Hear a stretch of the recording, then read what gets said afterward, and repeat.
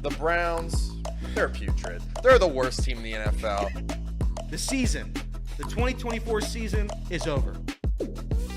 Lamar Jackson can't win the playoffs. He'll win a third MVP, though, so that's great. Drew Sample is the most important piece of the Bengals offense next year. Go Joe Burrow. He deserves to be MVP. I wish he was the Browns quarterback. Kind of mean that.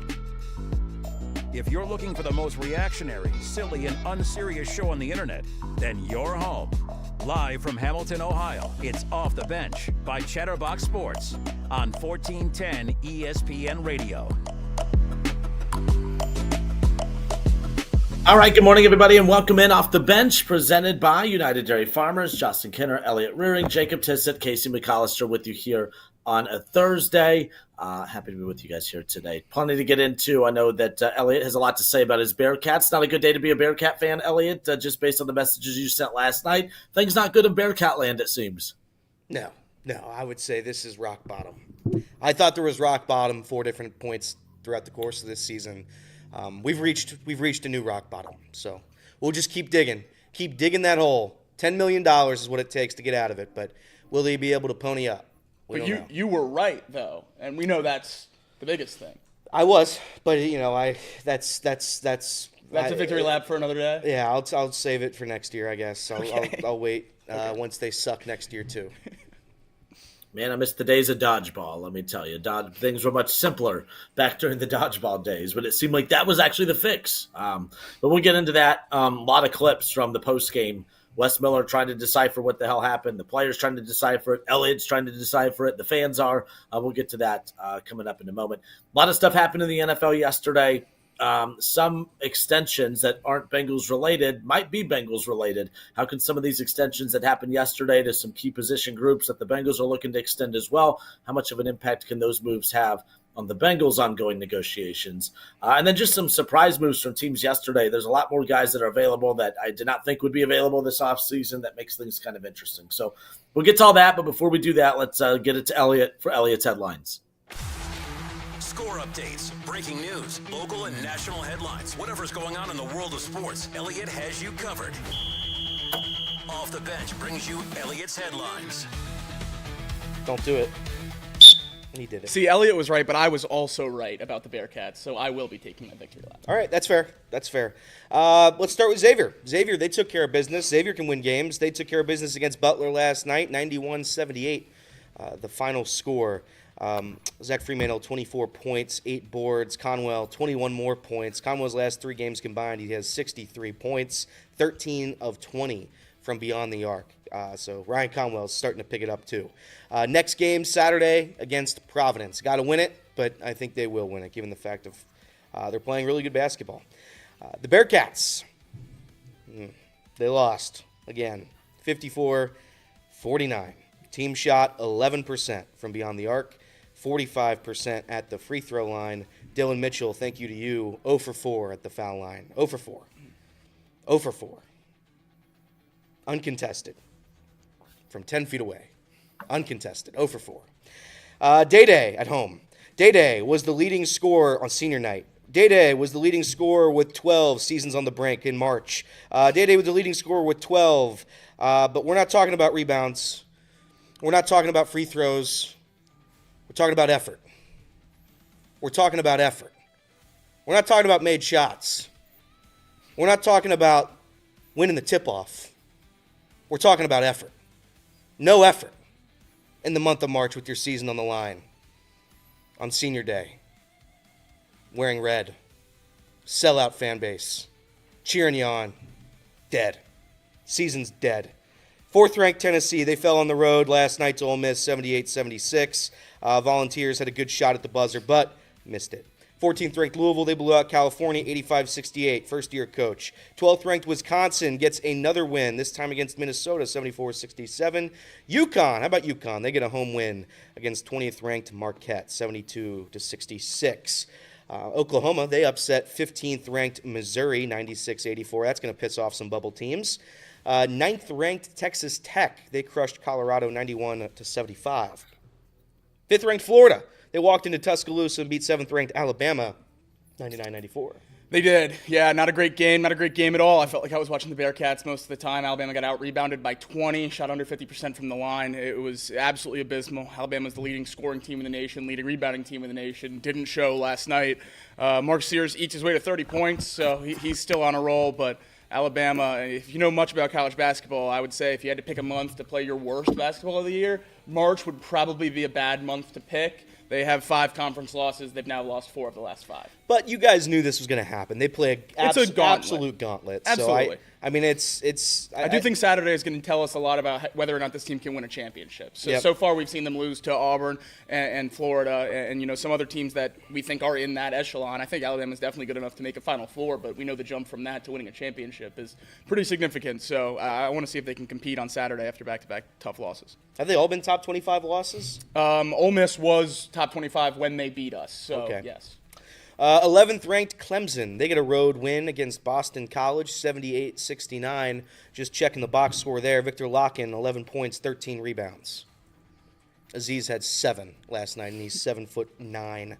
13th ranked Maryland. They beat 17th ranked Michigan, which gives Michigan State at least a share of the Big Ten title. So congratulations to Michigan State on Maryland's win. How about that? Maryland's legit. Yeah, they are legit. The Crab 5. One of the cooler nicknames. The going Crab around. 5, huh? I like that.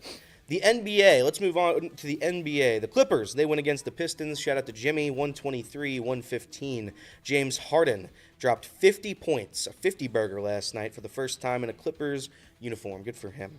The Mavericks, they prioritized health, and they lost to the Bucks last night, 137-100. They lost by 30. How many of their guys were healthy, though? 0. Nah. And that's the issue when you prioritize health and you get 0 healthy players. Giannis becomes the 52nd player to reach 20,000 career points. So happy for Giannis. Happy for the Mavericks, too. They're doing what they want. They're healthy. The Celtics, Peyton Pritchard and Derek White, they combined for an NBA teammates record, 19 combined three-pointers in their win over the Trailblazers. Peyton Pritchard and Derek White combining for 19 three-pointers. I'm trying to find... No, Jason Tatum wasn't included in that. I mean, just close your eyes. I tried to and close think, my think eyes. of Jason Tatum. I tried to close my eyes, and I couldn't. All I saw was 26 a night. 26 a night? The Cavaliers are the first NBA team to clinch a playoff spot. How about that? Ooh. The Cavaliers are the first NBA team to clinch a playoff spot. They beat the Heat 112-107. Moving over to Major League Baseball, the Cincinnati Reds. They lost to the Rangers 5-3. Scores don't matter, but Hunter Green's performance does. 4 innings, scoreless baseball, 6 strikeouts. 6 strikeouts and 4 innings of perfection from Hunter Green. Absolutely flawless. Connor Phillips, on the other hand, 0.1 innings. He gave up 4 earned runs. Sorry, Connor.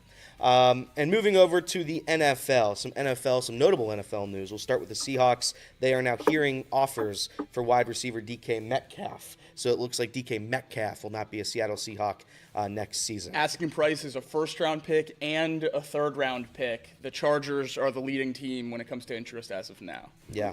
The Browns. Some good news for the Cleveland Browns. How about this, Justin? The Browns are restructuring Watson's deal again. Clearing, I think it was $36 million in cap space. So there we go. If he's not going to play, they can at least move the money around to where they don't have to pay him that much this year. Good for him. Well, actually, they're paying him more this year. Okay. It just doesn't count against the cap. I see. Good for him. And again, he will not play this year. So if he does, it'll be in about the conference championship games. That's when he plays his best football. And the Chargers, they are releasing 5-time Pro Bowler Joey Bosa, saving $25.6 million in cap space. But those are your headlines. There you go. Again, a very busy day in the NFL yesterday. You touched on some of those moves. I guess you could say surprising. Some of them you're trying to figure out kind of what's going on. Look, we spent a lot of time on the Bengals. We spent a lot of time on AFC North teams. But, like, you look at a team like Seattle and others, like, Jackson Smith and Jigba, former Buckeye, tweeted out yesterday, like, what the heck? Like, what the heck is going on? Like, I thought they had one of the best wide receiving rooms in the NFL, and now 2 of the 3 could potentially be gone. So let's talk about some of the surprising NFL moves that went down yesterday. And there was one big move that happened that has a lot of Bengals fans kind of concerned about the future of Trey Hendrickson in Cincinnati, as if there wasn't already enough reasons to be concerned about. We'll get into all that when we come back. We're off the bench next.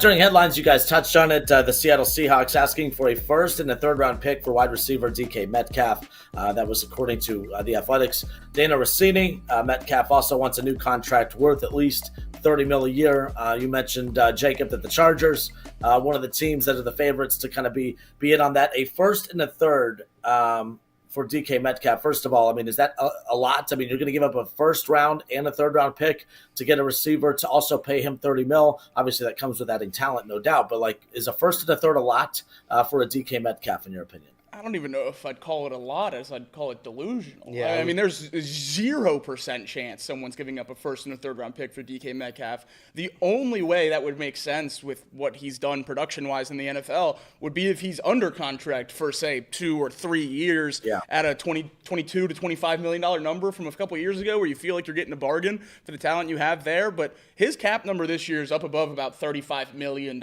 There's no way a team is giving a first-round pick and then paying him on top of that. I just don't see that whatsoever. So the fact that that's their asking price, I assume this to take a long time. Maybe after the receivers go a little earlier than we expect on draft night, they're able to move him on day 2 or maybe at the back end of the first round. But there's no way they get a first-round pick plus for DK Metcalf. I don't even think DK Metcalf is worth like a third rounder. I think DK Metcalf's a fine wide receiver, but I do think the old adage that he just runs in a straight line as far as he can downfield, I do think that's somewhat accurate. I think he's a fine wide receiver. But I mean, how would you grade T. Higgins? Because I don't think T. Higgins was getting a first rounder, and I think T. Higgins is significantly better than DK Metcalf. I 100% agree. A million times. So that's insane. That's insanity. If they're asking for that, that's legitimately like, I guess you're just trying to win the lottery. And I fault nobody for trying to win the lottery, but come on. I guess you got to ask, right? You got to ask. You don't know. You don't know. You got to get a for sure no before you move on to your next offer. If DK Metcalf gets a first and a third and then gets paid $30+ million, let's reopen the trade T discussion. I agree. That's 2 ones if we're going off just straight value. Yeah. So they also released Tyler Lockett yesterday too, which was a surprise. I mean, I guess he's been around for a while. He's also on the older side as well, but still, produces at a high level. Mm-hmm. I mean, the Seahawks had one of the most impressive wide receiver rooms when they added Jackson Smith and Jigba 2 years ago. I was like, man, that might be. I mean, I still would take the Bengals wide receiving room at that time over this, but it has to be right up there as far as elite weapons from top to bottom are concerned. But they've just gutted that. Jackson Smith and Jigba tweeted last night, like on a WTF, like what the hell is going on? Like it even caught him by surprise. Are you surprised that the Seahawks are looking to kind of gut the wide receiver room? And plus, if you're Geno Smith, I'd be saying get me the hell out of here as well. Yeah, I mean, I told Jacob this. It looks like I thought they were just burning it all down. It doesn't make sense to me. They were competitive last year, could have made the playoffs, maybe should have made the playoffs. And if I were Geno Smith, I wouldn't say like Geno Smith. I mean, Casey defends him as like a top 2 quarterback. Is that what you said, Casey?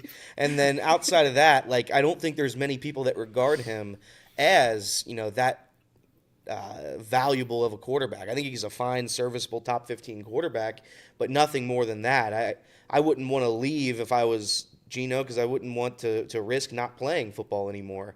You got a starting job. I know it's not ideal given the fact that they just gutted the wide receiver room, but maybe that means you can get some more guys. You got JSN in there. You got a solid running back room right now. There's enough pieces there to play with and hopefully add on to at least in the draft. So if I were a Seahawks player, maybe I'd be a little bit upset. But outside of that, I don't think it's completely the wrong way to go based on the fact that I think both of the wide receivers that they either got rid of or getting rid of, I think they could improve on those positions. Tyler Lockett, if he's going to not restructure that contract, I think it's kind of a no-brainer to move on from him. It was a $17 million cap number for a guy who has gotten considerably worse every single year. I mean, with all due respect, he's had a great career, but he is certainly getting up there in age. He's been in the league for almost 10 years now. He only had 600 receiving yards last year. That's not a guy on a team with a lot of areas I would want to address to try to get over that hump you were in last year. That's not a guy that I'd want to pay $17 million. So I think cutting Tyler Lockett was kind of a no-brainer unless he wanted to restructure. And DK Metcalf, it it seems like he's been on the outs there for a while. Not that it's been loud in terms of trade rumors or anything like that, but just the general vibe of him on the sidelines and interacting with players and coaches, and the punch he threw in training camp at the beginning of last year. It just seems like there's always been something wrong in Seattle for DK Metcalf. And I guess now that they've seen what Jackson Smith-Njigba can do for 2 years, they're confident they have a wide receiver 1 in him and think they can get a first and a third for DK Metcalf. So might as well move him. But I definitely think it's weird to do both at the same time. If you know you're going to cut Tyler Lockett, I would maybe hold on to DK and ease Geno Smith into the new era, or whoever your next quarterback's going to be. But, I mean, you definitely have a need at wide receiver now, which is not something you had at the start of the offseason. Another move made yesterday that had people talking, Joey Bosa let go by the Chargers. Dan Orsini says Joey Bosa was the last Charger to have remained with the franchise since its move from San Diego to Los Angeles. He's no longer a Charger now. Saw some Bengals fans, chirping yesterday saying, hey, bring him home, get him to Cincinnati. That would be a unique addition to that defense, no doubt. But did read a couple of things, too, that there is some interest of pairing him with his brother, Nick Bosa, over with the San Francisco 49ers. That would be a very interesting combination over there as well. Reaction to him being cut, of course, there was reports of this possibly being the case about a month ago. I remember we talked about it. But now that it's official, he has been cut. Where do you see him ending up when it's all said and done? I think it all comes down to what he requires. Yeah. Is he focused on playing for a contender, or is he focused on getting paid what Joey Bosa deserves to get paid? I think that's a big question whenever you have, a 30-year-old hit the market like he just did.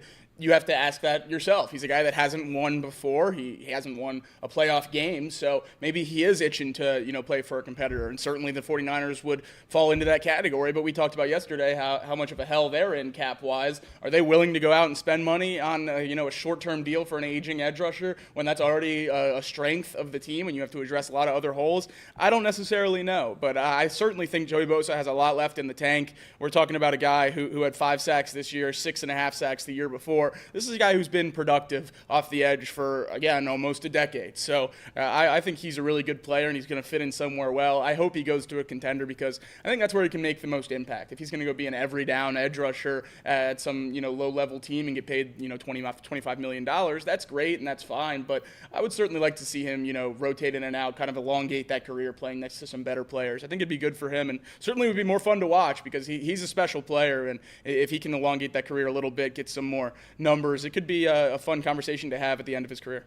I think, if I were the Chargers, I would have done the same thing. Four games started in 22, 5 games started 23, 9 games started this year. He was good this year. I'm not saying he wasn't. I'm just saying that clearly the level of production has decreased the past several years, and it's time to move on and save some money. If I were Bosa, I would be looking for probably somewhere to just play good football. Maybe you wouldn't even start.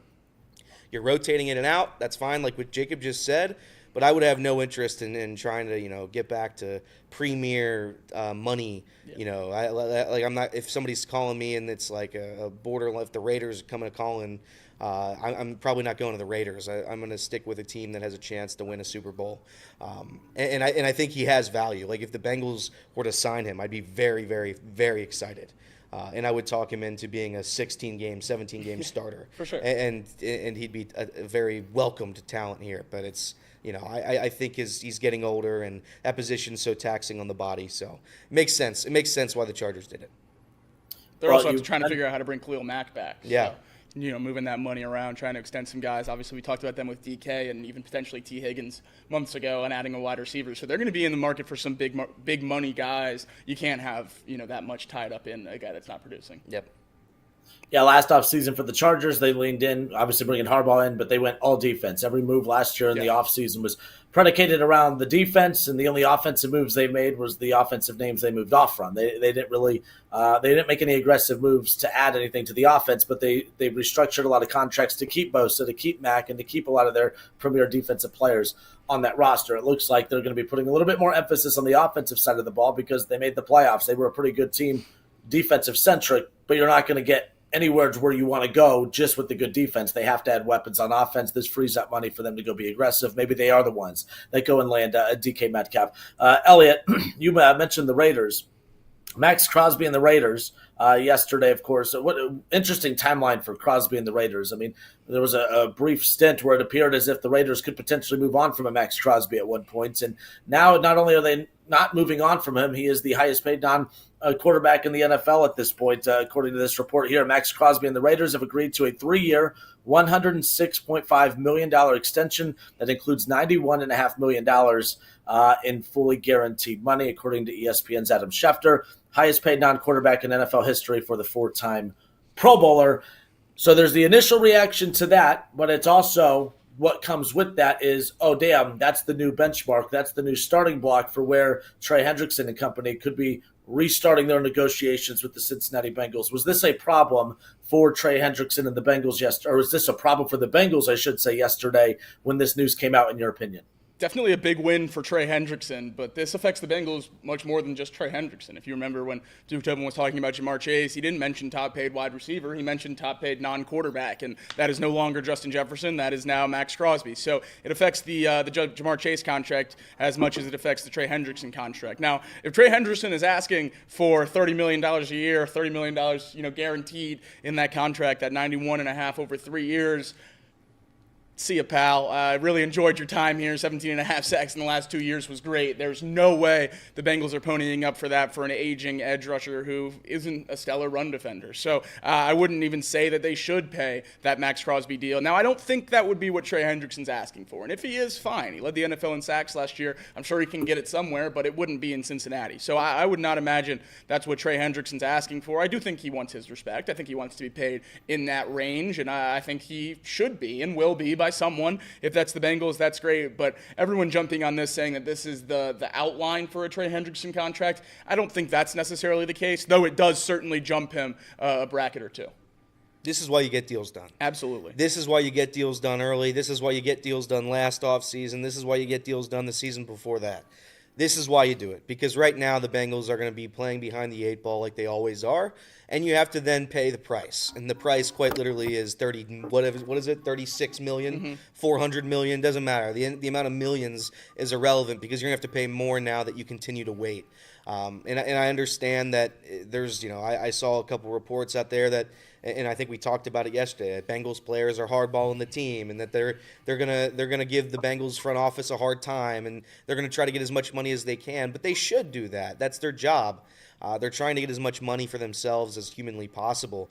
The Raiders, I wouldn't necessarily call them a great franchise, but you know what the Raiders do? They go out and they pay a star player that they absolutely want back, despite how good they're going to be next year. They go out, got him, made him the highest paid non-quarterback. Good for them. That's what a good organization does. And as you're the Cincinnati Bengals sitting on your hands here on March 6th, still waiting for one of these dominoes to fall, quote unquote, again, until I hear otherwise, I'm going to keep saying it, not close to making a deal with T. Higgins or Jamar Chase or any of these guys, then I'm going to continue to make fun of them because it's a joke. You have to bring back talent, star talent. You know that. We know that. And the fact that they haven't and they continue to fail to learn that lesson is pretty disappointing.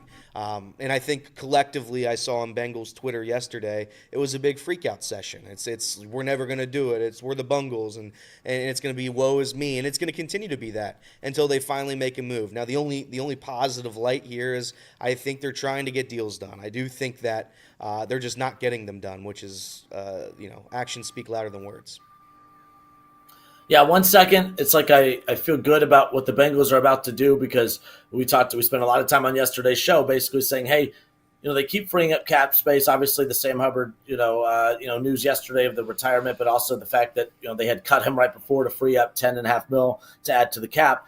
They're not freeing up all this cap space, in my opinion, to do nothing with it. It's like it feels like this is all these cuts are being done to gather these dollars to go and attack this roster and improving this roster. So it feels like they have a plan. It feels like they're going in a direction you want them to go in. But it just felt like a gut punch yesterday for a lot of Bengals fans because it's like you see that contract. And it's the guaranteed money that I think a lot of people kind of zoomed in on because that seems to be the big holdup on all of these. It's not the overall total value of the contract. It's that money up front. It's the guaranteed money on top of it. So this just seemed like kind of a shocker for some. I will say, what was the confidence level in your guys' eyes anyways of them being able to keep all three to begin with? I mean, I still wasn't confident that Jamar Chase, T, and Trey were all going to be back in Cincinnati. I was very confident 2 of the 3 were. So we're still back where we technically started, not confident that all three were going to be back anyways, right? Or were you confident that all three could be back? I was somewhat confident that all three could be back because, again, everybody knows I'm not the world's greatest football mind. And everything I've read on Twitter and online is that they have the ability to get all three, and nothing's going to hold them back, right? They have the possibility of getting it done, and the only thing that would prevent that from happening is the Bengals just get in their own way and say they don't want to do it. And if that's the case, then I'm going to be very, very sad because that's a terrible reason. Now, realistically, did I expect them to bring back three? No, I expected one of Trey and or T to not be here next season. But as Joe Burrow went on his media circus tour and as everybody else keeps tweeting things and yada, yada, yada, I felt more and more confident that they are going to bring it back. I thought the Bengals organization was going to do the right thing here. It doesn't appear like that's the case now. I have very little hope that they are going to bring back all three, and I'm starting to lose hope that they're going to bring back two.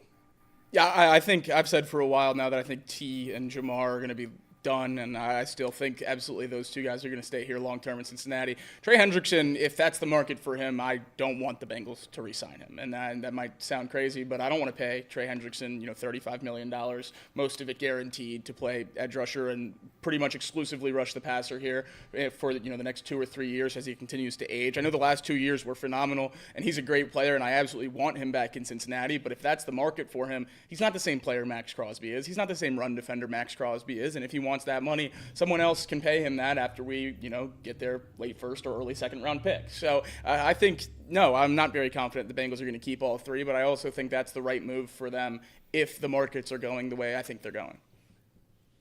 All right, we'll step away for a few. When we come back, while some view it as a negative, I think this Max Crosby thing might have made things just a little bit simpler for the Cincinnati Bengals. We'll discuss more when we come back.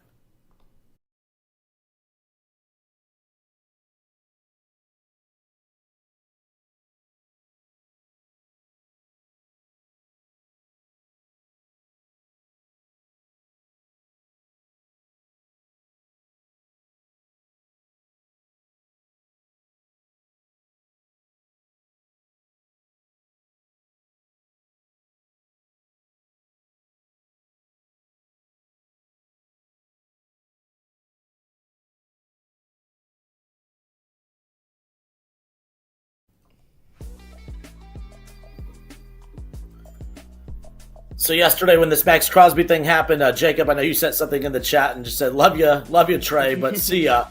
And it's not that you're anti-Trey, it's just kind of reading the tea leaves. The reality is it's not who Trey is now. It's, when you look at what kind of an extension could be coming for Trey, it's not who he is now, it's who he's going to be possibly even a year from now. You might get one more elite year of Trey and then start to see some of that decline happen, and then all of a sudden you're paying these types of dollars like Max Crosby to get less than what we've been seeing from Trey Hendrickson in recent years, which is also why Trey is probably going to demand that money because this is the last chance he has of making it. I think this makes it significantly more difficult for the Bengals to keep Trey Hendrickson, but I think what it also did, guys, and I don't know what you guys think, I think this makes things a hell of a lot simpler now. T. Higgins should be signed by the end of today. I think that I don't think you give up on Trey necessarily, but I think you put you get Jamar taken care of for one. But I think now it's just easy. I don't think you're wondering about T anymore. I think it should just be, we can't move forward with this type of, if this is what Trey's going to ask for, we can't do that. So the time and the money that we're going to waste trying to get a deal done here where we know it's not going to get done correctly, let's just get T taken care of. I feel like this makes things significantly more simpler now when it comes to T. Higgins because the balance was Jamar Chase, T. Higgins, Trey Hendrickson. How do you make all three of those major contracts work? Well, it makes it simpler if you only have to make two of the three major contracts work. You still have a deficiency now you need to attack, obviously, on the defensive side of the ball. But even with Trey Hendrickson being as dominant as he has been, the defense has still been one of the worst in the leagues in recent years. Yeah. Losing him is not ideal. But acting as if bringing him back is the most important thing in the world when you've had him and have still had one of the worst defenses in recent years, this defense is going to get better this season, not because you're bringing Trey Hendrickson back. It's going to be because of all the other, all the other tweaks that you make with this defense and additions that you make. And there's going to be, $70, $80, $90 million available. It is not ideal, and it's not comfortable to say, bye, Trey Hendrickson. It's been fun. But I think that's what needs to be the Bengals mentality. I think that right now this makes it so much simpler. T. Higgins, that agent, the Bengals, get on the phone, do whatever the hell you need to do to keep him. Because what you can't have happen is risk losing Trey, piss off T over the next month, 2 months, and then not get a deal done. And now you've pissed off 2 of the 3 and they're gone. Get T done by the end of today. Do you agree that this Trey Hendrickson thing might have just made things significantly more simpler for how to handle this T. Higgins negotiation? I do, because I think over these negotiations, they've found out maybe that they have to move on from one of them. And obviously one of them would be T or Trey. We're not talking about trading Jamar Chase. So, I mean, T on the franchise tag versus Trey with 1 year left on his deal. I think the main conversation was probably who can, return more value. And if one guy's, going to get a first round plus and the other guy's going to get a second rounder, maybe that's the tiebreaker. But now that you're probably priced out of Trey Hendrickson, if he is asking for that Max Crosby number, then, they made a major decision for you, in which case you pour all your resources into getting both those wide receivers signed and you move forward with trying to improve the defense with outside signings. So, I think that would be a great move. And honestly, and what they should do at this point is shift their focus away from Trey Hendrickson, because at that $30+ million a year, I just don't think the Bengals are going to be willing to pony it up, so why waste your time? If I'm the Cincinnati Bengals, I take a look at the defense, and I see that Trey Hendrickson led the league in sacks, should have been Defensive Player of the Year, led the league in sacks. The defense collectively was one of the worst units in the history of organized football. And I say, how does paying one defensive player that much money work in our favor when paying him less money didn't work at all? It doesn't make sense to me why you'd do it. And given the fact that the Bengals have missed on seemingly, 90% of their free agents they've signed over the past several years, I would be shocked to see them pay Trey Hendrickson. I think Trey Hendrickson deserves a big contract. This is nothing against Trey Hendrickson, as Jacob and as Kinner just said. But it's like I'm trying to figure out the puzzle here. And I know Xander in the chat, right? Xander in the chat saying, our offense is going to score 50 a game and we're going to lose if we do it the other way. And I think that's fair. I think there is a fair gripe to be made that if you just bring T and Jamar back on our elite level offense, one of the best offenses in the NFL, and it still didn't work that way either. So it's finding a healthy middle, because it all starts at the draft, and they don't draft well. You have to draft better defensive players. You have to sign better defensive talent. In the free agent market, you have to do it. And I think the only way to do that is to not pay Trey Hendrickson $30 million a year. That's just, at least in my opinion. That's the exact point that I keep trying to make, and you said it much better than I have, but everyone's argument against re-signing T is we saw that offense last year and it didn't get to the playoffs. You paid Trey $30 million. We've seen that defense before, most likely. And we know what that equaled out to. So, you have to answer more holes. Yeah, the issue is, the problem with the team right now is defense. If you take away a defensive player from an atrocious defense, nothing's really lost there.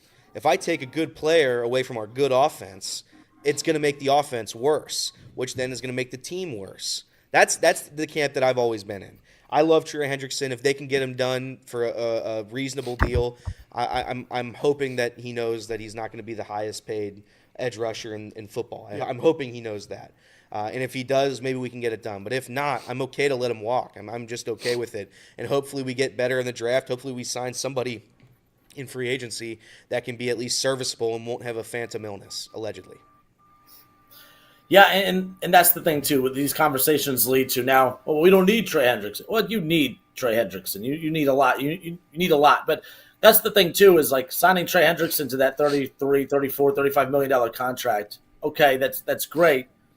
But you still have to do more on top of it. And that's going to be the case whether you have Trey or not. So if you give Trey Hendrickson that extension, you can't just give Trey Hendrickson the extension and then stop. You have to give him the extension and then continue adding pieces to that defense. So it's like people keep doing this. Like, for instance, Elliot, you brought the T. Higgins thing. Well, if we paid T. Higgins and Jamar Chase, I mean, we saw what that was last year. It wasn't good enough. It was explosive offense, but we still missed the playoffs. Well, you extend Jamar Chase, you get the deal done with T. Higgins, and I don't know, you continue adding. You add more. It's people keep doing this like it's one or the other. It's you sign Jamar and T, and then that's it.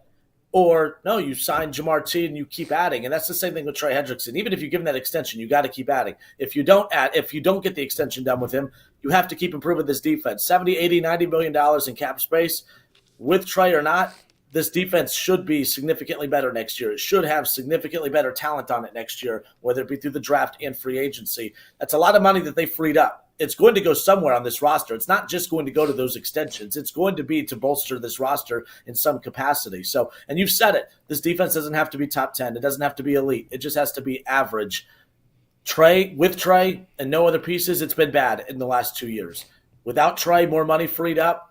I think they spend heavy dollars on defense. They can get this up a little bit. And you can get pass rushers. Look, there's a lot of guys that are going to be on the older side that you can get on those 1-2 year deals and not have to break the bank to get. So Darius Smith is a prime example of that. He's made a killing over the last couple of seasons, whether it be in Cleveland or Detroit, getting paid about $14, $15 million a season on these short contracts. That's where the Bengals are going to have to live free agent-wise as well, is just to go get some of these big playmakers, shorter contracts, while building long-term guys around them through the draft and everything else. So I think the Bengals will be fine. When I saw this news with Crosby yesterday, I was like, to me, it just makes it simpler. Now you could just start ramping up the urgency of getting the T contract done instead of trying to balance out all three negotiations at one time.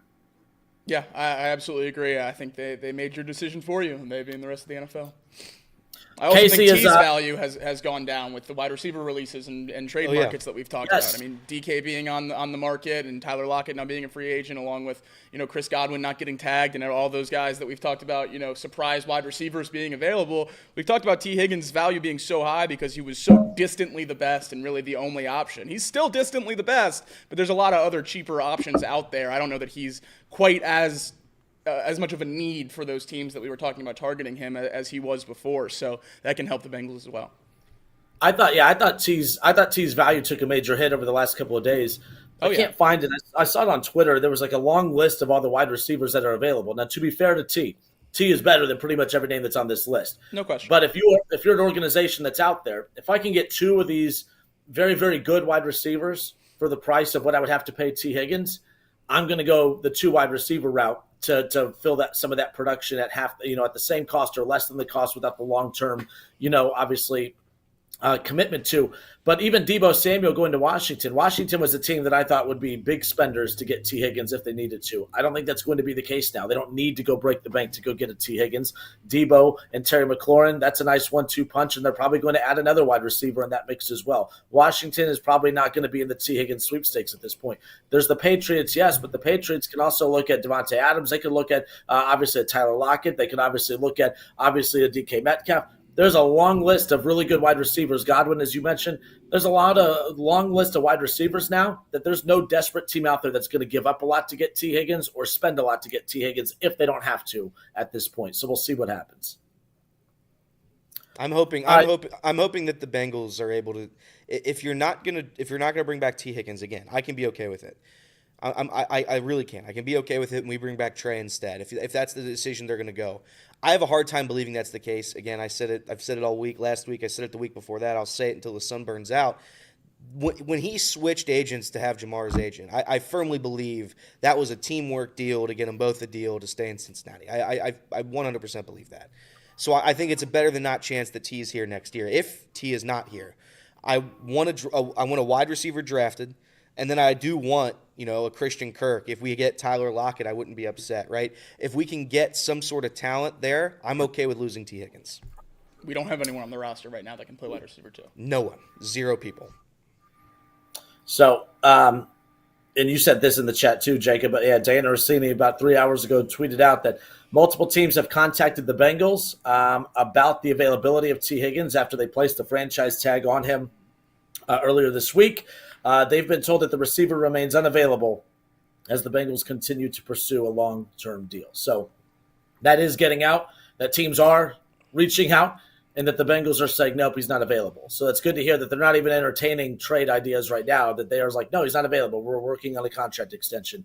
Because I could see them maybe seeing what's out there offer-wise while doing the negotiations, knowing that they got a deal done. This seems like they're pretty confident that the deal is going to get done.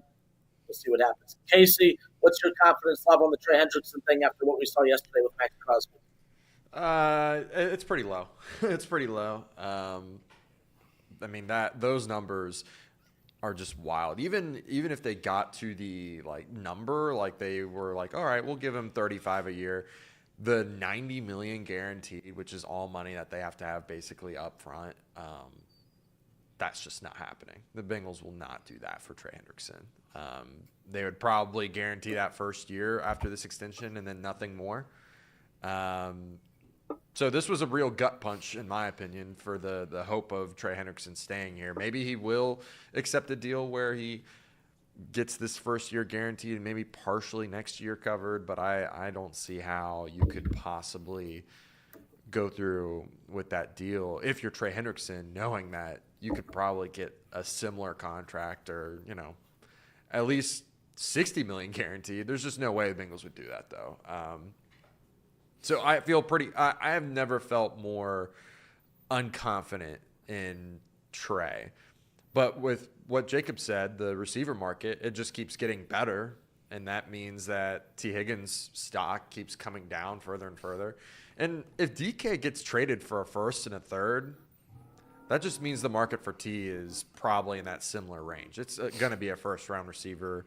And, DK, we looked it up. He's making like $30 million this next season. And then I think he's out in 2026. So whatever team trades for him, if they end up trading him for a first-round pick, is going to have to do the contract anyway. So T. Higgins fits that exact same mold. Regardless, I feel now at this point the Bengals, they need to start learning a very valuable lesson, and that's getting this stuff done early and ahead of time. Even this season, when they went into this offseason, they waited to this point now to start negotiating with Chase, to start negotiating with T and Hendrickson, and now look what's happened. Now you're starting to get burned again. And the market just keeps getting bigger and bigger for Trey. So it's unfortunate that it got to this point. I don't feel like they're going to retain all three. I think I've made up my mind on that now at this point. I'll be very shocked if they do. But we'll see. I mean, they've got the money. It's more or less, do they feel comfortable with the risk involved in paying Trey Hendrickson $100+ million and most of it being guaranteed? I just don't think so. Fair enough. All right, off the bench, presented by United Dairy Farmers. Justin Kinner, Casey McAllister, Elliott Rearing, and Jacob Tissett with you here. Let's move over to college basketball. The Cincinnati Bearcats, well, they were in action last night, but they disappointed a lot of people, including our guy Elliott Rearing. So there's a lot of takeaways, not just from the lack of performance from the Bearcats themselves, but quite a few clips that we have from the postgame. Wes Miller was trying to talk his way out. Not really talk his way out. He was trying to convince himself of what exactly happened. But if you've seen one Wes Miller postgame press conference, I feel like we've seen them all. They just keep getting more interesting, if you will. We have quite a lot to dive into when it comes to the Bearcats. We'll be right back. More off the bench when we come back.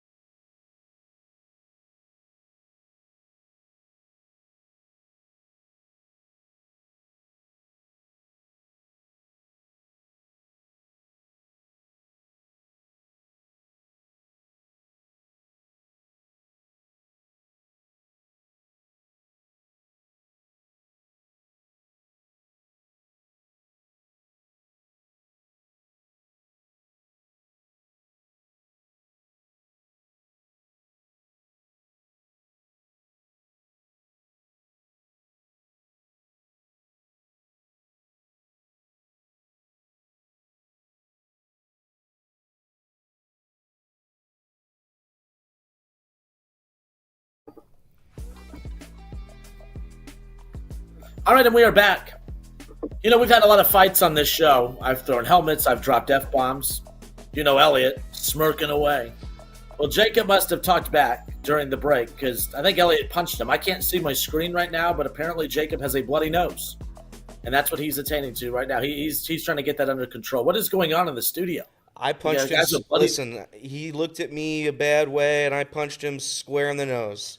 And it's bleeding everywhere, and it's on the ground, and he's cleaning it up. He's on the floor right now. His shirt is off. Blood's everywhere. He's got to do a wardrobe change. He's driving home, so we'll see if he comes back in time for the end of the show. So yeah, I mean, look, after the incident from a month ago, we have a big sign in the studio, and we have a strict no smirking rule. And from what Casey has texted me, Jacob violated that rule, and he now knows the punishment, the proper punishment for smirking. That's right. That's right. It's physical assault. That's what the punishment is. He had it coming, from what I've heard. He had it coming. Right. So there you go. You know, who also had it coming last night, as far as all the criticism, is our guy Wes Miller. Sure, you know, at the beginning, I'm not going to lie to you, Elliot. I thought you were a little too critical of Wes earlier in the season, you know, but I've been following the Bearcats more closely since working with you guys. I feel like I've watched more Bearcat basketball this year than I have since, Huggins, and that was quite a long time ago. Let's just be clear, right? You know me, I'm a big Huggins guy, but 49 points at halftime. Oh, no, not halftime. That's what they scored in two halves. 49 points for the Bearcats. They lose 54-49 against Kansas State last night. The Bearcats are now 17-13 on the season. Their at-large hopes were always slim to begin with, but we were kind of entertaining and having fun with the bubble conversation as Selection Sunday coming up about 10 days from now, of course. But the bubble has officially been popped. Their at-large hopes are officially dead. And, the only thing that they have to do is simply just win the Big 12 tournament. Elliot, their NCAA hopes are pretty much dead at this point. The season is dead at this point, and I think that your morale with this team is dead at this point. 54-49, the final last night. What the heck happened? What happened last night? 49 points in a game. What is going on there? All they had to do was win 6 of 8. All they had to do was just not lose to Houston. All they had to do was win out. All they had to do was just win the last 2 games of the season. It's all they have to do every single time, and every single time they fail miserably. We're talking about effort here on March 6th. Guys don't know how to put effort out on the court when your season's on the line on senior night. I mean, it's a disgrace. What I saw last night was a disgrace. It was an abomination. Like I haven't been feeling well the past couple of days.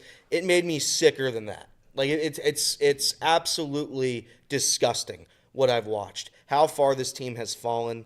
You can sit here and say all they got to do is win the Big 12. All they got to do is this and that and this and that. They can't do it.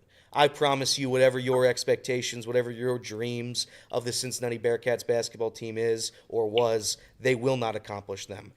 It's an unserious basketball team. It's been that way since the beginning of this year. I don't know why. I don't know why it has to be such dramatic steps backwards. But that's what it is. We're in year 4. Figure it out. We're in year 4. You are 9-10 at home in the Big 12. You are 9-10. At home in the Big 12. You don't stand up for home court. We've had 2 games this year where we're scoring 40 points at home against teams that suck. I'm out of like realistic expectations. I'm out of hope. I'm out of everything. It's so disappointing to me that I have to sit here and continue to talk about it. And all my teams just beat me down, and they punch me and punch me and punch me until I'm laying dead on the ground. And that's what I do. And I sit here and I watch the Bearcats, and I've lost it all because they're not good. From top to bottom, they're not good. They need a roster overhaul, and we'll see if we can get it. Dylan Mitchell, I love Dylan Mitchell. Love him. Was great this year at times. 0 for 4 at the free throw line. He's shooting like 32% at the free throw line this year. Wes saying in press conferences earlier on that free throws don't matter. That's not why we lost. That's not why we lose games. You lost yesterday by 5. Dylan Mitchell 0 for 4 at the free throw line. You don't think those came into play? The fact that we're having miscommunication on the court or whether or not to foul at the end of the game resulting in 25 seconds. We're still not communicating well? I'm baffled. at how bad and how far this team has fallen. We're talking about effort, Justin, in March. College basketball historically and notably has 1 month where everybody tries their hardest. And we're sitting here on March 6th without effort? It's disgusting. And Wes Miller, that was the focal point of last night's press conference. If we want to play a couple of those clips, we got about 4 of them. So if it's okay with you, Justin, we'll start rolling with them and we'll react after each one. But this is the first of 4 Wes Miller clips I wanted to share today. It's an unacceptable performance. The effort's unacceptable. The fight's unacceptable. It's on the head coach. I'm the leader of the operation. I got to do a better damn job. It's on my ass. That's the truth of it. It's unacceptable. I'd boo our butts too. I'd boo myself too. God damn. That's unacceptable. Unacceptable. The fight and the efforts. I don't care about missed shots and layups and free. That doesn't matter. The effort is unacceptable. And I haven't seen that team. I don't know who that team is. I don't know who that basketball team is. I hadn't seen that in a long damn time. This has been a tough fighting group for 3 to 4 weeks. 4 weeks. I thought we played as hard as you can play against Houston. It didn't go our way. Some tough call. I don't know what the heck that was today. And I apologize to anybody that bought a damn ticket that had to watch that. I apologize. And you damn right you should be on my butt. I deserve it. That is unacceptable. Unacceptable. And it starts with the head coach. Unacceptable. Unacceptable. But Justin, you just said that it's not about missed shots or free throws or rebounding. It's about effort. It is about the other things. It is about rebounding.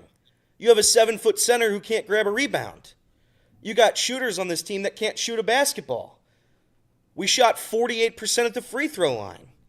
This isn't a good team. It is about the other stuff. And if you're going to sit here and make effort a focal point, it is on you, Wes. Nobody's pointing at them. I'm pointing at you. Here's clip number 2. We're in a pressing situation. We have fouls to give. Okay, we wanted to start that process, sub in, but the clock gets down where now it's not a 2-possession game anymore, and we're trying to then call the foul off. But the problem was we're trying to foul really early in the shot clock. It took what, 14 seconds to even try to – we couldn't even get to a foul. That's effort.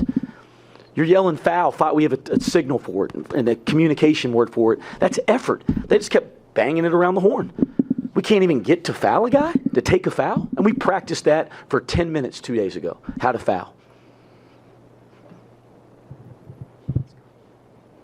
But no, by the time the shot clock is off, you want to play the possession now. It's a 1-possession game. I promise I'm not that stupid. I ain't mad at any of you guys. I'm mad at the damn situation. I'm not mad at any. You guys are doing your job.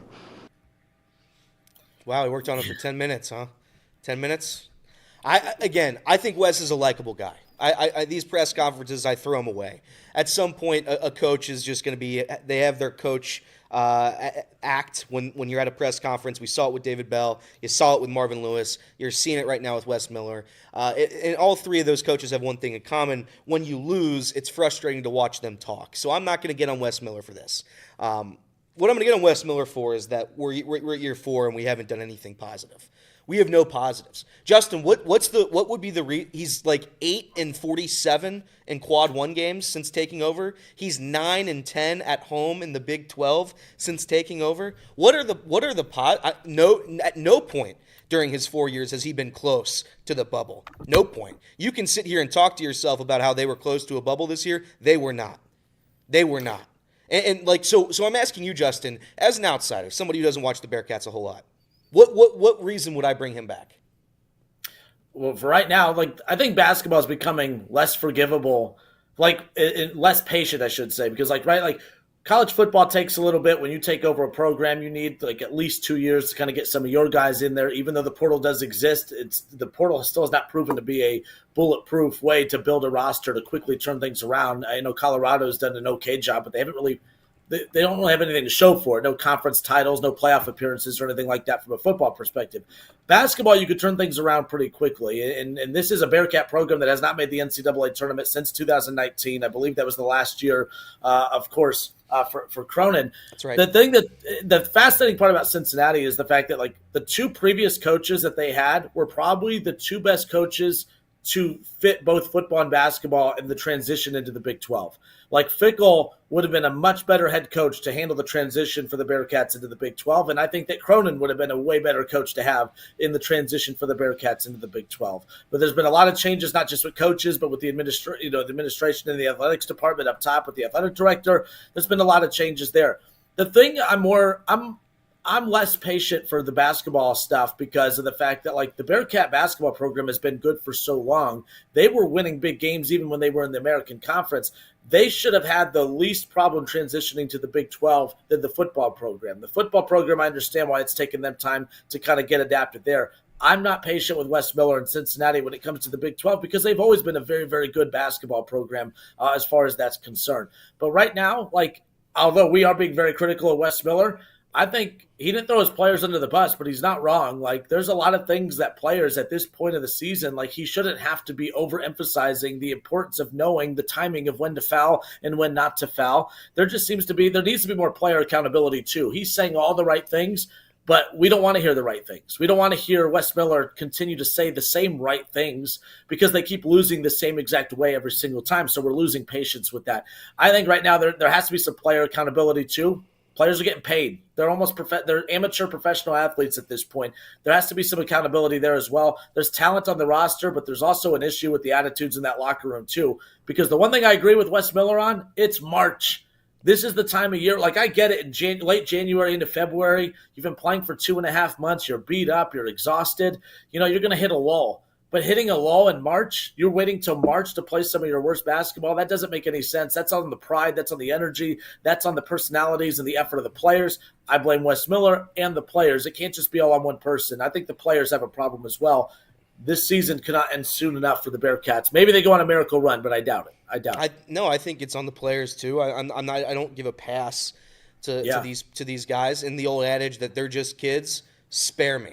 You make $800, $500, $400, $200,000. Sorry, you're no longer a kid. That's just the way it goes.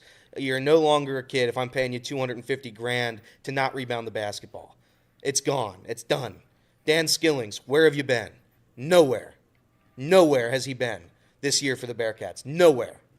Connor Hickman, you bring him in. Nowhere. I know he's hurt, I guess. When he was here, he wasn't playing good.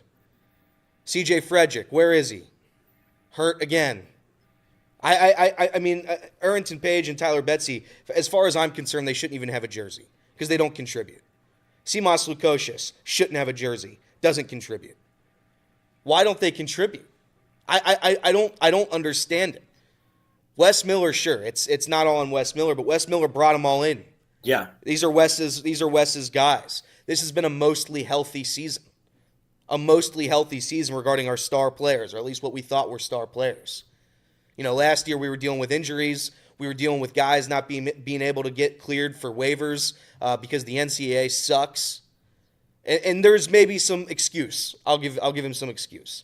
There's no excuse this year. You scored 40 points at home against Kansas, and they won the game with scoring 50. You lost last night on senior night when it mattered the most. Senior night when it mattered the most, your last home game of the season for your home fans, and you scored 49. That's why I think their season's done. Because all the motivating factors to get a team to play, even bad teams can play inspired basketball on senior night. Bad teams can play good basketball when the calendar switches to March because it's March and the postseason. It's player win or go home with the conference tournament around the corner. Like, if these simple motivating factors can't get these guys to elevate their play, and when it comes to effort, there's nothing else that's coming up that's going to get them to flip that switch. And maybe this performance pisses them off to the point to where they do come out in their next game and play, their asses off. But I don't know. There's a lot of concern right there. No, no. They don't get to come out and play hard next game. It's too late. You don't get to, when everybody yells at you and then you play hard. That's not when you play hard. And I don't give a damn about the crown, whatever they're contractually obligated to play come this fake postseason that we're going to get. I don't care. They may not get that because the conference, so like the Big East, the Big 10, and the Big 12, you get two teams. So like whoever, obviously once the NCAA tournament field is set, those conferences each get two, I don't know if you want to call them at large, I don't know, but you get two teams from each of those conferences that are auto teams that get in, and then they fill out the bracket with the rest of the teams. I don't even think the Bearcats are going to be good enough for the NIT or that. I don't think they're going to make any of these tournaments at the end of the season.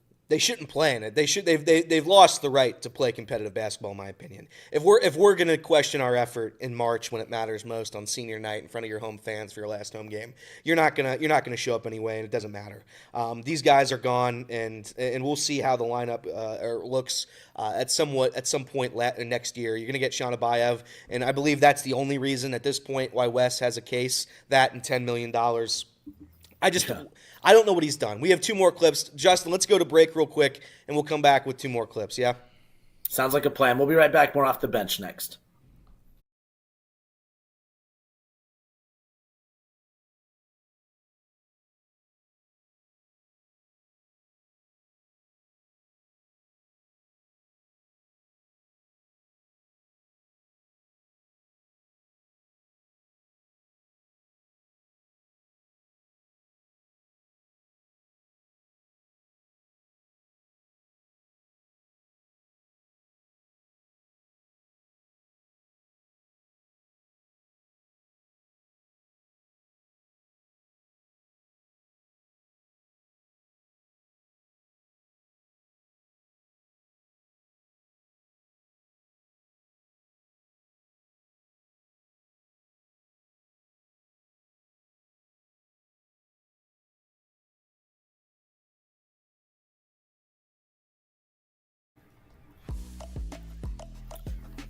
I didn't even realize in the middle of that segment that Jacob popped back in.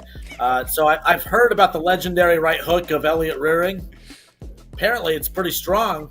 How's that bloody nose? Yeah. I'm still seeing stars. This is an expensive sweatshirt, so he's going to have to get me back for that because there's a lot of blood on it. That's right. Other than that, yeah, I'm doing all right. I'll clean it up. I'll get my bearings back probably by, next segment? I don't know, but I'm still a little woozy. He packs a punch, man. I do. Athlete, man, I'm telling you. We saw it in the batting cages. Last month. I should have just put the helmet on. I would have been good to go. You should have. If that fit a human head, then you would be in great shape. That's true. That's true. Obviously the Bearcats, 49 points last night in their loss against Kansas State, and things go from bad to worse. It felt like the Bearcats were kind of turning the corner a bit. We were kind of mocking. So. We were mocking the dodgeball thing initially when it came out, like, oh my gosh, are you kidding me? Like, this is like what middle school teams do, high school teams do, to try to lighten the field a little bit. And it did appear to work. They came out and they were competing with some good teams. They were starting to score in the 80s and 90s. They were starting to look like a competitive basketball team again. And it was kind of a cool little story for a bit. They had played their way back under the bubble in a lot of these conversations. I know Chatterbox, you guys have put out a lot of graphics over the last week of just kind of showing where the Bearcats fall in the bubble conversation. That bubble got popped last night. They are not a bubble team anymore. They are not going to get in that large bid. It's all going to come down to if they going to go on some miraculous run and get the auto bid, which is not going to happen. But we've been kind of reacting to the multiple sound bites and clips from the postgame last night. And I joked earlier, Elliot, I said, man, if you've seen one Wes Miller postgame conference, you've kind of seen them all. And I know no one wants to have sympathy for the coach at this point, but it is tough. You've played almost 30 plus games at this point, and you're addressing the media and having to say the same thing. You're trying to come up with a new way to say the same thing over and over and over, which is why he's stumbling over his words. He doesn't even know what he's saying because he's trying to say the same thing just in a different way, and he can't do it. They're losing the same way every time. And the majority of that time, it's just lack of effort. Here's another clip from last night's postgame. Wes Miller just trying to find the answers for what the hell happened last night. Maybe. I've tried to be very positive coaching in the games this year, especially over the last 5 or 6 weeks. And sometimes my intensity can be a lot for kids at this era of basketball. So I was trying to be really positive tonight, but I was trying to correct that the whole night. All night. I was trying to correct it and be positive all night. But no, I did not like our effort to the board from day one. I didn't even like the way we were running the floor. But again, this is on me. I ain't bitching. I don't bitch about my players. I don't complain about players. I played. I understand what it's like. But it's on me. I got to do a better job preparing our team. And I didn't do my job. And everybody should be mad at me. You should. I get it. Leave the kids alone. He's saying all the right things, Elliot. He's saying all the right things, but you know what? We kind of touched on this last segment. These are professional athletes that they're being paid a lot of money. I'm not saying he should be bashing his players up there, but like accountability for the players, like we don't need to protect the players as much as we used to when it was an amateur sport. I mean, like their lack of effort too. Like I don't care who the coach is.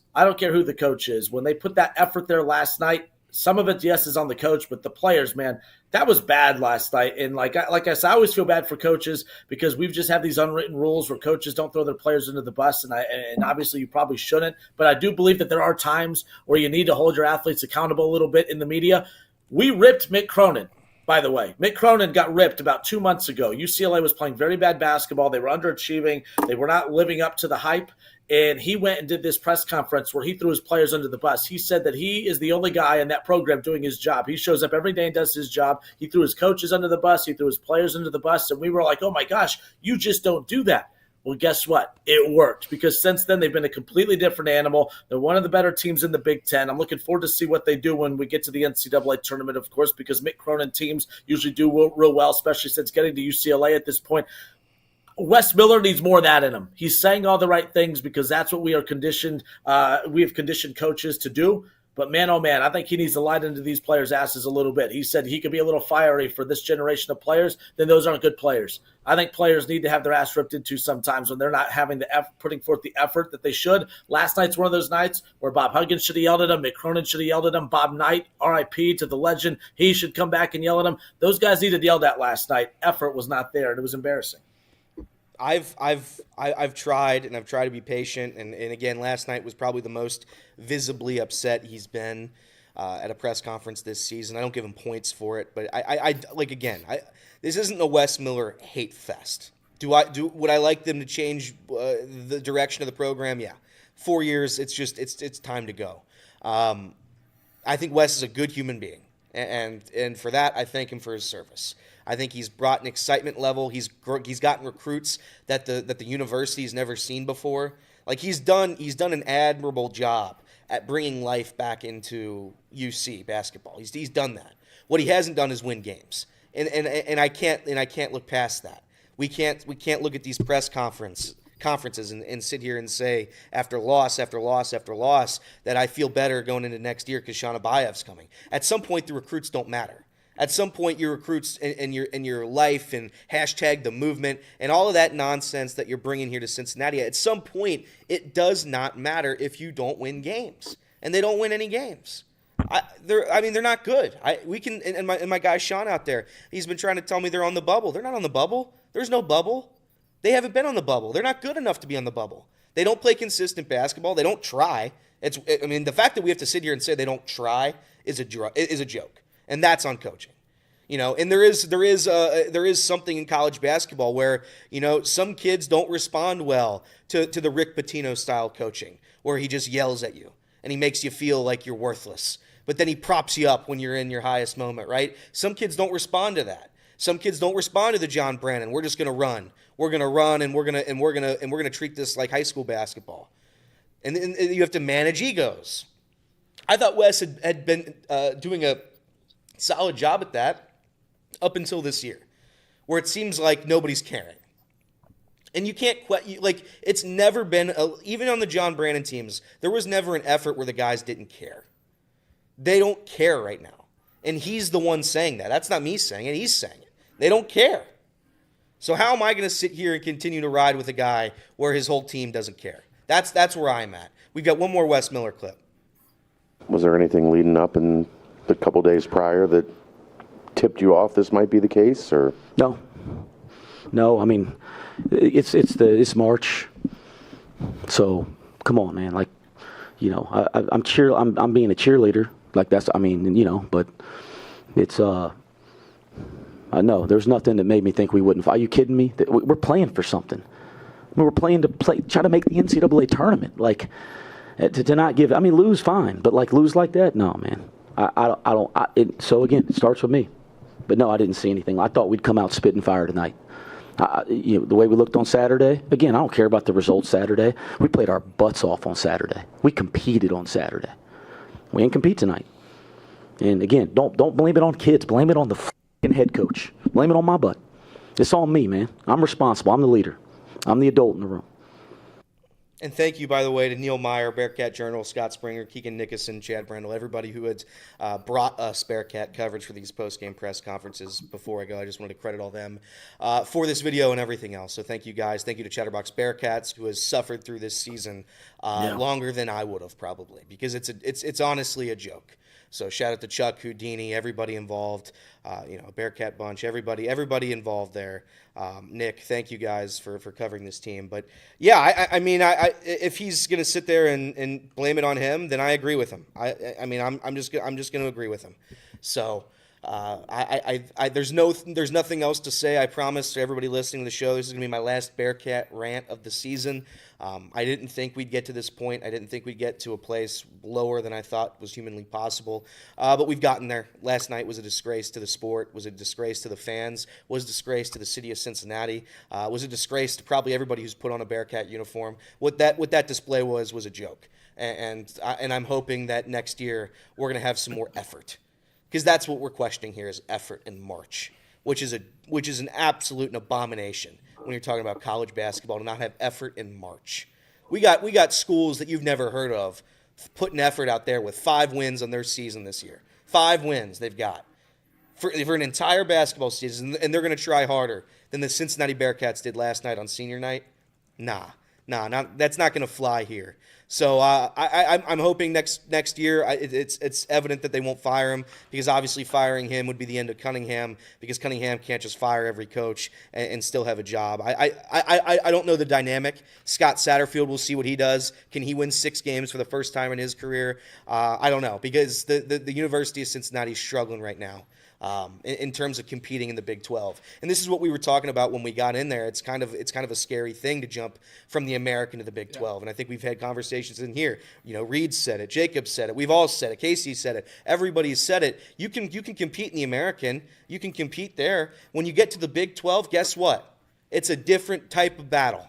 And they clearly weren't ready for it. Wes Miller is in over his head when he got this job, and now you're seeing it right now. 4 years in, no success. West Virginia's head coach, 1 year, has more success.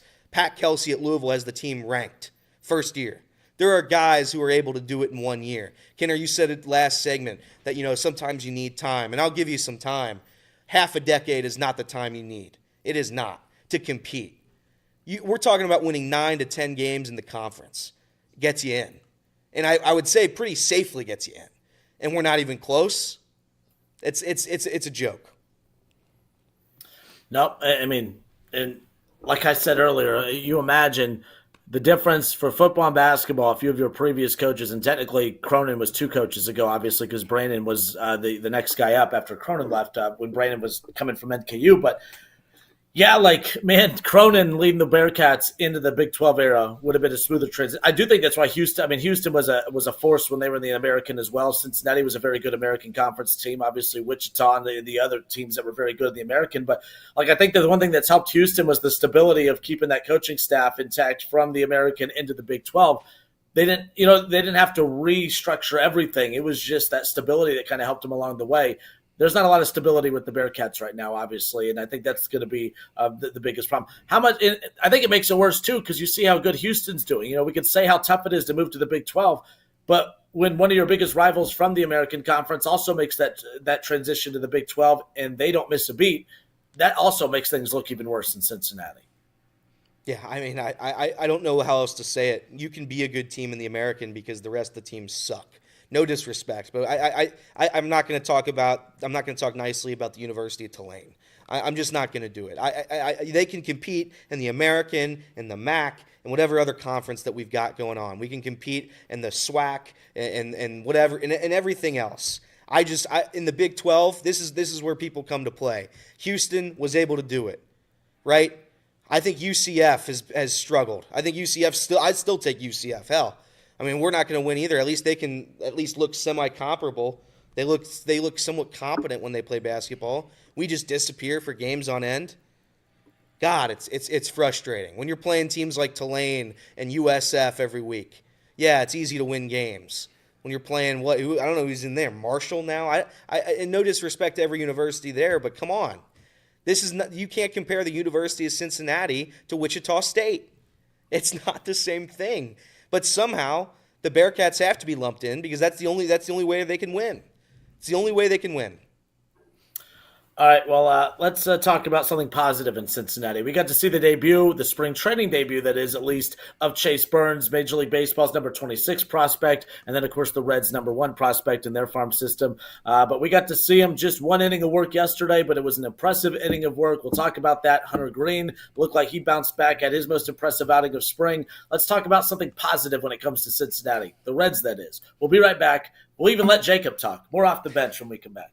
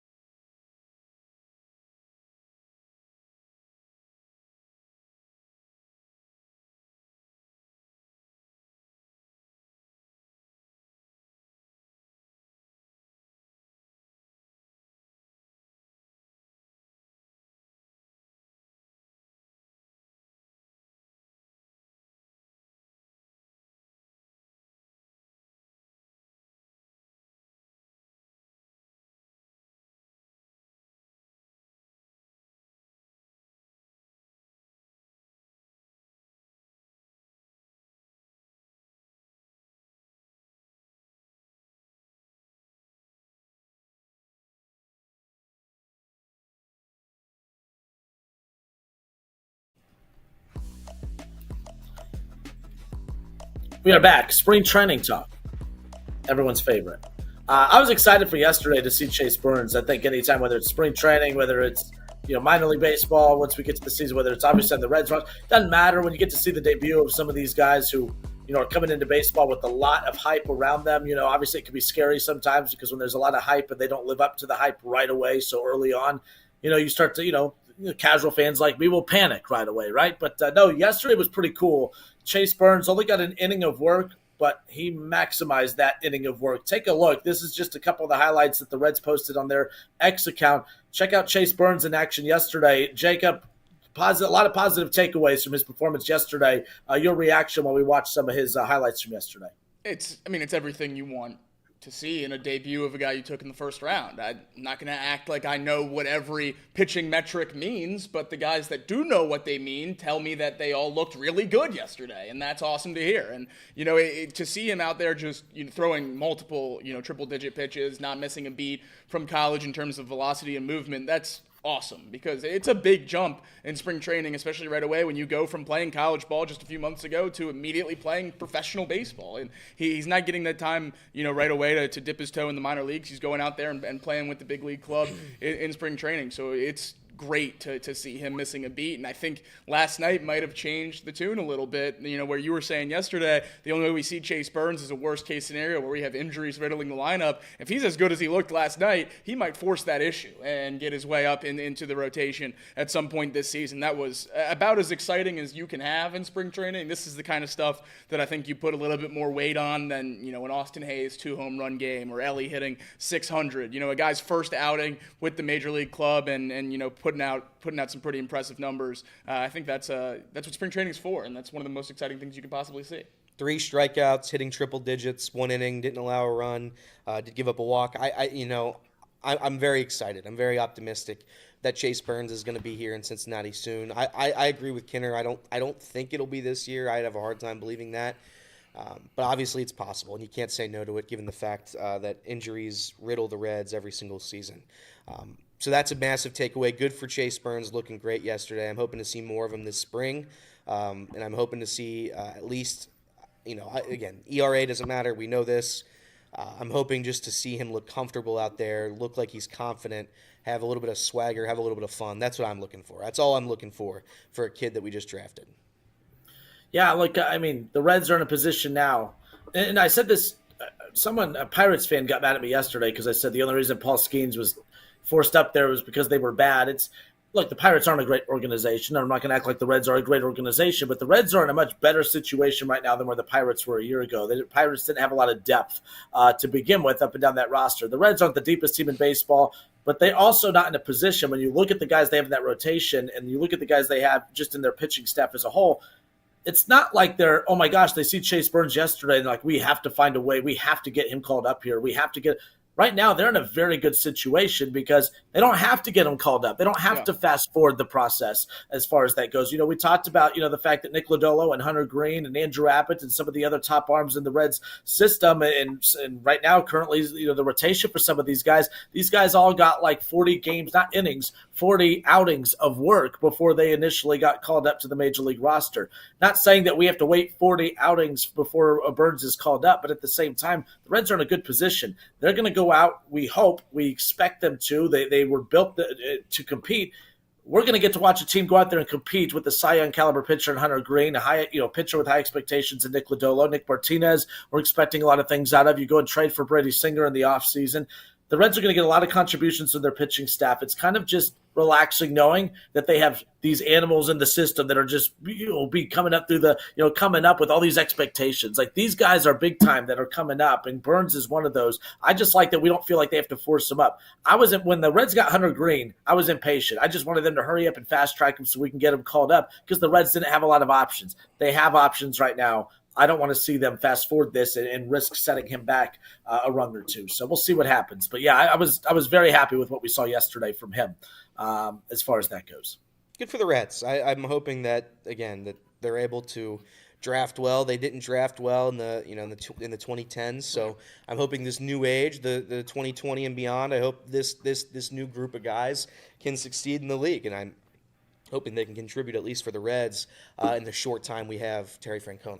Hopefully we're not picking, top 10, top 7 a whole lot in the next few years. So to seemingly get Rhett Lauder and Chase Burns out of those 2 picks is about as good as you can ask for with what we saw from Lauder last year and then obviously Chase Burns yesterday. You got to get those picks right if you're going to try to get out of that zone. Otherwise, you're going to be picking there forever and spinning your tires. So if they went 2 for 2 there and they're not picking in the top 7 for another decade, fine by me. Absolutely love it. And hopefully, that's the trend. And if the drafting doesn't get better, that's because it's really hard to draft at 30. So Yeah, 100%. And by the way, we mentioned Hunter Green. We touched on Hunter Green a little bit. Again, 4 innings, 6 strikeouts, 2 hits, a walk he allowed. He was phenomenal yesterday. This is the part of spring training where I look at Hunter Green and I say, all right, you can just pitch on the side. We'll just keep your arm warm until the season. We'll put you in a bubble. We don't need you out there anymore. Right? There's no need to risk a comebacker. There's no need to risk injury. I've seen the best Hunter Green I could see during spring training. Let's bubble you up. Let's bubble you up and keep you safe until opening day, because that's when I want to see him next. There is a point of spring training where I do get tired of seeing guys because I'm very, very scared that they're not going to be available or healthy to start the year, and that's what we're going to hopefully avoid this season. I know that's not what's going to happen. He's still going to pitch this spring, but selfishly, I'd like some of these guys just be bubbled up. Him and Ellie, Matt McClain, all in a bubble. First 2 or 3 weeks of spring training every year, you're real excited to see the guys in the jerseys again, excited to watch some baseball, and then for the next month and change, you just hold your breath. And you pray. And you pray that those guys make it to opening day. And when I see Ellie in the lineup for the first couple of days of spring training, I say, oh, let's go. I'm going to watch that game. When I see Ellie in the lineup now, I roll my eyes and say, I wish, Edwin Arroyo was still playing shortstop in these games. So, all due respect to Edwin Arroyo, but if he gets hurt during spring training, it affects my mood a lot less than if Ellie were to somehow go down. So I'm absolutely with Elliott. I think the way to go now that we're, gearing up for opening day, these guys are playing, good levels of baseball, then, shut them down, protect them. There's no reason to risk it. How much can you possibly gain? Nothing. I mean, what's the best case scenario for having them play a few more games? I don't see it. And if the injury would absolutely derail the first month of the season, and it would derail the fan base that needs something to cheer for right now after a disappointing year last year. If you don't have guys ready to go on opening day, that would be about as soul-crushing as it could get after waiting this long to try to see a competitive baseball team again. So, I absolutely agree. You got to shut those guys down. Especially a guy like Hunter Green, who's throwing 100, who's throwing over 100, and I got to worry about shoulder and arm problems. Maybe Tommy John. Like I can't deal with Tommy Johns before the year. I can't do it. Our guy TJ Antone, boy, he's taken a beating over the past. I'm not blaming spring training at all. I'm just saying that it's brutal when a pitcher goes down with that arm injury and has to be sidelined for 2 seasons essentially. So that's what I want to avoid. I understand why they do it. They got to get the arm loosened up and ready to go for opening day. But I saw what I needed to see yesterday from Hunter Green. Yeah, that was very refreshing to see that because I have no problem admitting I panic every time I see something bad in spring training, and I have no problem overreacting to everything because I'd rather be seeing a bunch of good things that I'm overreacting to than overreacting to a lot of the bad stuff. And some of the pitchers have had some rough outings, but we talked about it yesterday. It's the ramp up period. This thing's going to ramp up. I remember a show Jacob and I did. It was either around Thanksgiving or Christmas, but the Reds Hot Stove League show, Derek Johnson and Terry Francona talked about the fact that they were really going to be aggressive with their pitchers in spring training. And I remember being excited about that back then, but I'm with you guys right now after what we saw yesterday. All right, let's just be a little careful with Hunter Green. That's our opening day starter. That's our Cy Young contending pitcher. Let's just make sure he's ready to go and ready to rock come opening day. Casey, I sent you another screenshot that the Reds shared, with that as spring training continues. The roster is going to be dwindled down a little bit. No major names are on this list of some of the roster moves, but some of these names have been sent down to minor league camp, reassigned to minor league camp. There's some big minor league player names on here, but no major names that we were expecting to be competing for the opening day roster by any means. But we'll pop that up on the screen. But yeah, Jose Acuna again on that list. Edwin Arroyo, a name that has had some good moments during spring. Cam Collier, one of the top prospects that the Reds have in their system, one of the youngest prospects. That's the first big injury news that we've heard throughout this spring training, of course. We've had updates, but this is the first big major injury we've seen. Cam Collier, a hand injury. That was announced yesterday. It was kind of let me know during the radio broadcast, of course. That's something to keep an eye on from a minor league perspective. Not saying it's not a big deal. At least it's not going to be a player that's with the Reds this season. But, man, you hate to see anyone go down, and it sounds like that could be a thing that keeps him out for a little bit. Banged it up on a tag play. Yep. It was a tag play, and it's a thumb injury. And obviously the initial reports are not favorable, and it might require surgery. It would be the second year in a row where we lose one of our elite young minor league infielders that you're excited to watch grow through the minor leagues, losing some valuable at-bats. Lost Edwin Arroyo, obviously, last year with the labrum injury, and then now seems like Cam Collier's going to miss some significant time. We talked about yesterday if there was any shot he was going to get up this year and take an at-bat for the Reds in his age 20 season. I think this probably would do away with that if he misses significant time to start the year, which is a real shame because they were trying him out at third. Obviously, that's the position they drafted him to play, but he's been working in a lot of first base as well. I think he can be one of those answers potentially long-term at the corners. Obviously, 20 years old, we still have a long time till we're probably seeing Cam Collier in an everyday Reds lineup, but he's a really special player and a really special prospect. It's a shame that he's going to miss so much significant time of a formative minor league season. By the way, any update? Has anyone heard an update on our guy Joey Votto? The last time we heard from Joey Votto, I'm going to keep throwing this out there every couple of weeks. He was, sporting that new tattoo. Yeah. Has there been any follow-up on that? I feel like that has not been mentioned once in the month, maybe 2 months since that came out. I think that's on purpose. Yeah, I'd imagine. I'd imagine he's going to hide a little bit. I think that one's hush hush. I've not. He's going to be. What do you do? That's not good. That's not good. But you have to get it removed first of all, and that's going to be a hell of a thing. Or to get he would removed. just have to move to New York. Was it New York? I think it was New York. Yeah, he would just have to move there. He could just sign like a one-day contract with the Mets just to justify having that skyline. Well, there. he hit the 7th home run of a 7-home run streak at the Mets. Yeah, so that's memorable. It was the Mets. It was the skyline because of that game. Yeah, there we go. It was a memorable game. Yeah. Did he do that with the Reds? Did he do a one? He didn't do that, right? What? Did a one-day deal with the Reds to retire? I don't know. I don't remember. Now that you say that, I don't remember. I don't remember him doing that. I thought he just retired on his own. I could be. It was the video in the parking lot. So yeah. He retired a Blue Jay, huh? That's right. Dang. Hey, I know we only have a couple minutes left on the radio side, but we were talking about earlier in this. Did you find it? Oh, my bad. I thought you were looking it up. No. So just so you know, my laptop is froze. So I have the YouTube thing pulled up. And it's delayed. And I saw Jacob look at you, but that was like 10 seconds ago. So now never mind. I'm an idiot. Okay, continuing on. Earlier in the show, we were talking about the wide receiver market, and I just saw a list come down of here's all the wide receivers who are available. at least as we sit here today, heading in, as this offseason is about to start to ramp up a bit, pending and potential available wide receivers, just based on some of the rumors and the activity going on at the combine last week. These are the wide receiver names that are potentially or are currently available around the league. And this is important because of what the T. Higgins market could be and how that could potentially help the Cincinnati Bengals. How much, there's a lot of teams that would line up for T. Higgins, but at the same time, if you can get really good wide receivers at a significantly less cost, that's going to drive down the value of T. Higgins when it's all said and done.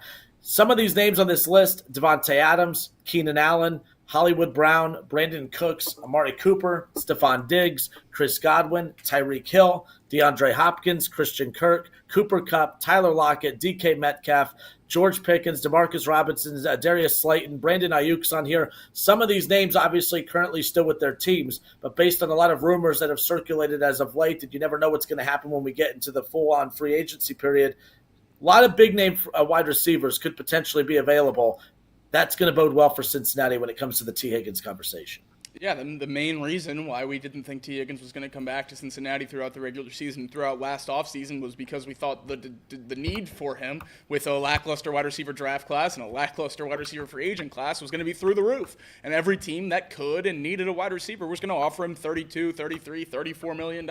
And we know the Bengals aren't going to be able to do that. With the cheaper options, the younger options, the more proven options, really both sides of the spectrum when it comes to the wide receiver position are available in free agency. T. Higgins will be the most expensive with one of the most injury concerns. I don't think a team is as likely to offer him that, mid-30s guaranteed money on an average annual contract. I just don't think that's going to happen for T. Higgins anymore. And once he figures that out, maybe he comes down and meets the Bengals at their current asking price. I do think some interesting notes that were tweeted yesterday from Mike Dardis of WLWT. He said that insiders have reported that the Bengals have offered Jamar Chase near $37 million per year, T in the upper 20s, and Trey Hendrickson around 30. If those are the numbers being offered to those three players, kudos to the Bengals. Don't go in the door and give Jamar Chase 40 off the rip. You're offering him to be the highest paid receiver in football. You're offering T close to $30 million. You're offering Trey right about what I think they should be willing to pay Trey. I think those are good numbers, and if that's true,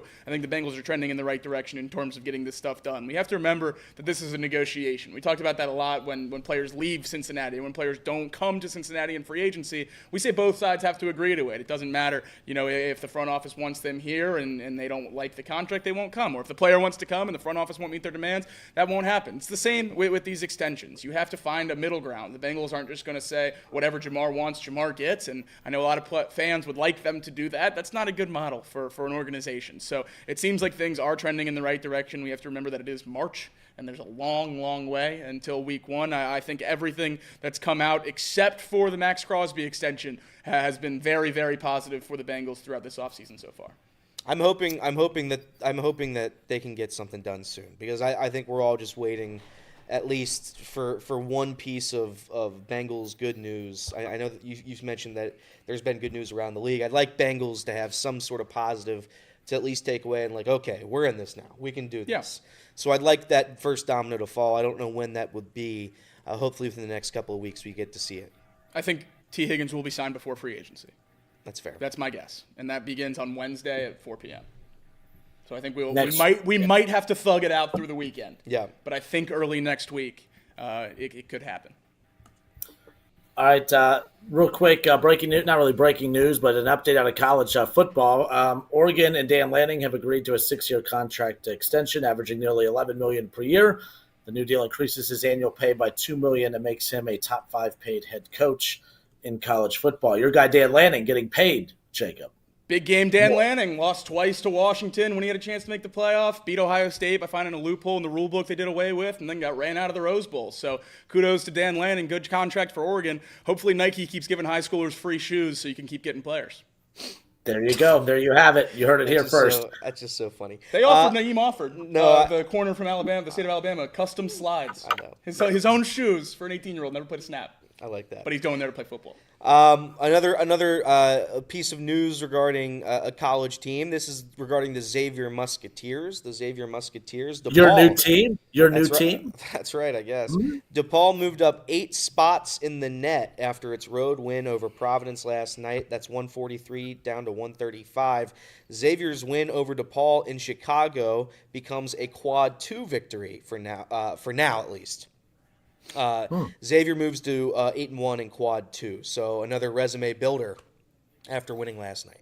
Chris Holtman's still doing great things for the Xavier program over there. Good for him. That's right. Right. So, all right, that wraps it up for us, at least on the radio side. We have Dialed In coming up in a bit, correct? Yeah, so what's going to have to happen here, unfortunately, is we're going to end the show. We got to clip up everything, give it to radio, and get Tom and Luke settled up for Dialed In. So this will be the end. The end, huh? The end. Well, all right. Well, the end is here. So that wraps it up. Credit Shelby Dermer. I'm going to credit, by the way, I do. Yes, Mouse, I meant to do that. I do credit Shelby Dermer. Shelby Dermer with that report. Yes, sorry. At Enquire Shelby. Sorry, that's my bad. All right. Well, until tomorrow, this has been Off the Bench. We got Dialed In coming up next on Chatterbox Sports on YouTube. But as far as radio goes, until tomorrow, this has been Off the Bench presented by United Dairy Farmers.